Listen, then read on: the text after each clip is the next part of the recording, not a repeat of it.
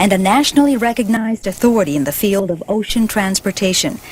But did you know that he started his career before he was a teenager, dances hula, and speaks Hawaiian? Go back with us 70 years and 2,800 miles to Suva, Fiji, where Bobby Pfeiffer was born in 1920. His relationship with the sea began when he was 18 months old, when he and his family steamed their way to a new life in Hawaii. The inter-island steam navigation flagship, SS Mauna Kea, carried them to the Big Island, where Bobby was a helo boy for the next 9 years. The Honolulu they moved to in 1930 was another world from what we know today. Bobby remembers dirt streets, streetcars, and the placid, rural Waikiki. Back then, the world's most famous beach boasted only 2 hotels, the Royal Hawaiian and the Moana. Both were then owned by Matson Navigation Company, which was owned by the large Hawaii companies known as the Big Five. Downtown, the 6-story Alexander Young Hotel was a towering marvel, topped only by Honolulu's tallest waterfront landmark, Aloha Tower. It was a small town then. Everyone knew everyone else, and where they lived, house by house. The Pfeiffer family home occupied the site of the current Straub Clinic, and Bobby had a short walk across Thomas Square to attend Lincoln Elementary School, now known by its Hawaiian name, Linekona. Mrs. Orrin Long, whose husband would later become governor of the Territory of Hawaii and our first U.S. Senator, ran the school cafeteria. Franklin's son, future head of the State Department of Social Services and Housing, was a classmate. And another fellow Lincoln student remembers young Bobby Pfeiffer well. He was a fun-loving guy. I know when we went to Lincoln School, for example, we had very special fire escapes, built something like a chute. And of course, us kids were not allowed to fool around with those fire escapes as recreation piece. That was just for fire. And the only time we got to slide down them was during a fire drill. But Bobby would sneak around once in a while and come down those darn chutes and fade away someplace, you know. I got to admit, I used to do that too, only I did it on Saturdays when school was out. When most 6th graders were out playing after school, Bobby Pfeiffer was on the waterfront. At the young age of 12, he went to work as a deckhand on the harbor tug Manele. Who would have thought it would be the beginning of a long and distinguished maritime career? As a teenager, after school and during summers, he worked part-time on the ships of Inter-Island, making weekly trips to Port Allen and Nawiliwili, Kauai. Crewing the various tugs and vessels of Inter-Island steam, Bobby grew to know and respect the ocean and the skilled Hawaiian seamen with whom he worked, learning their culture, language, and dance. Those were exciting times, full of hard work and poignant memories. One of the duties of the ship Hawaii, on which Bobby served, was to transport leprosy patients to lifetime exile at Kalaupapa. Bobby remembers fathers, mothers, children, husbands, and wives saying goodbye forever. It was a heart-rending situation, he said, and all of us on ship felt badly for days after each sailing. Like many outstanding community leaders, Bobby Pfeiffer is a graduate of McKinley High School. His photograph hangs today in the Hall of Honor. As cadet colonel of the ROTC, he was on the verge of receiving an appointment to West Point Military Academy. But when his father lost his job, young Bobby made the tough decision. He passed on West Point in order to go to work full-time and help support his family. December 7, 1941 changed many lives, including that of Robert John Pfeiffer. Yet still, he stayed with the sea. It was as a commissioned naval officer during World War II that he met a fellow officer, Mary Elizabeth Wirtz of Connecticut. 3 months after the war, they were married at historic Kaloa Union Church on Kauai.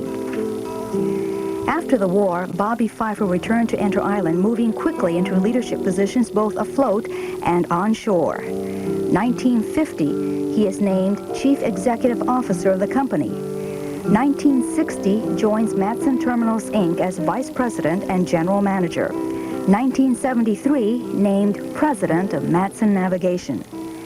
It was during the 70s under Bob Pfeiffer's guidance that Matson began innovations that would change the face of shipping in Hawaii. The expanded use of containers, purchasing of modern vessels, and the improvements in refrigeration served to better the lives of not just Matson's customers, but all the people of Hawaii. Containerization has been the greatest thing that could happen to the food business. When we first had open foodland, we just bought everything open cargo.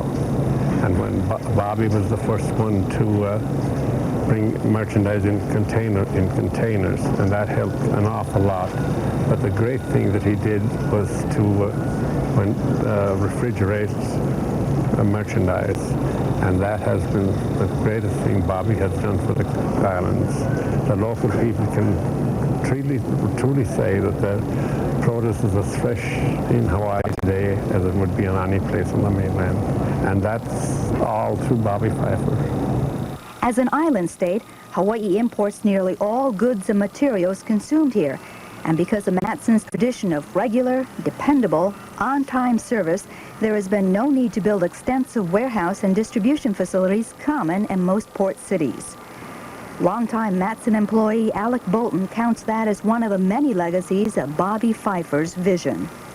Well, Mr. Pfeiffer is truly a visionary in this maritime industry, and his leadership brought about a change of all the ships, phasing out of all the old ships and building of new ships, container ships and partial roll-on, roll-off ships to produce the finest steamship company in the world. Moving to the helm of Alexander and Baldwin in 1980, Bobby Pfeiffer has led the company through its most profitable 10-year period ever. Recognition of his integrity, spirit, and drive has come many times over with the U.S. Defense Transportation Award presented by the Joint Chiefs of Staff, appointment to the chairmanship of the National Academy of Science Research Board, the Brass Hat Award, Admiral of the Ocean Sea, among others. His reputation has spread far beyond the shores of Hawaii. Bobby Pfeiffer is among the greatest of God's noblemen that I've had the privilege of meeting in my life's journey. He will continue to inspire the many generations to come. And so I'm very proud to call Bobby Pfeiffer my friend. There is a rich personal life to go along with Bobby Pfeiffer's many professional achievements. He and wife Mary have raised 4 children and have 7 grandchildren, all of whom live in California.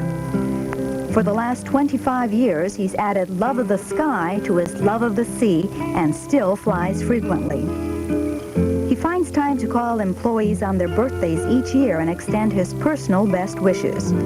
Yet with all his professional and personal successes, Bobby Pfeiffer has never forgotten his roots.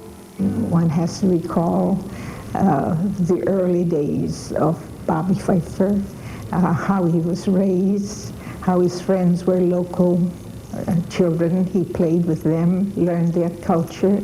And though the beginnings were rather humble and austere, the generosity that was shared among his playmates and the people that made up his community was part of the way of living. And somehow or other he has gleaned that into himself, that now that he is chairman of the board of Alexander Baldwin and chief executive officer, he still has this. This generosity has translated itself into a unique philosophy, setting the standard for corporate giving. Under Bobby Pfeiffer's leadership, A&B sets aside 2% of its pre-tax profits each year for charitable endeavors, supporting education, health and human services, the arts, and many other efforts which enrich our life in Hawaii.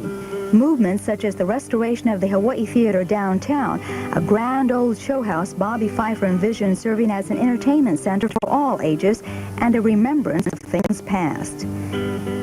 His interests go beyond the city of Honolulu. Out here in Waianae, community development efforts are flourishing in the form of the Opelu Project. This backyard aquaculture operation will enable folks to grow and sell their own fish in their neighborhoods. Up the mountain, local young people are busy restoring and cultivating taro gardens and other traditional crops, hoping one day to make this area a living museum. These efforts at community-based development are starting to yield fruit because of supporters like Bobby Pfeiffer. And he's helped in a variety of ways, some of which are financial, but really the money has never been the issue. It was his personal commitment to Hawaii and to Hawaiian people, and especially to Hawaiian communities like āina, that really made the difference. For him, what he gets out of it is knowing that the things that influenced his life, that the culture that influenced his life, he can also give life to. And I think he sets the model for his community, for the people that are his peers, for how you work within Hawaii if you truly love this place. Successful executive, father, sailor, pilot, philanthropist, shaper of modern-day Hawaii. Robert John Pfeiffer is all of these things. And most of all, he is always a son of the islands and truly a man of aloha.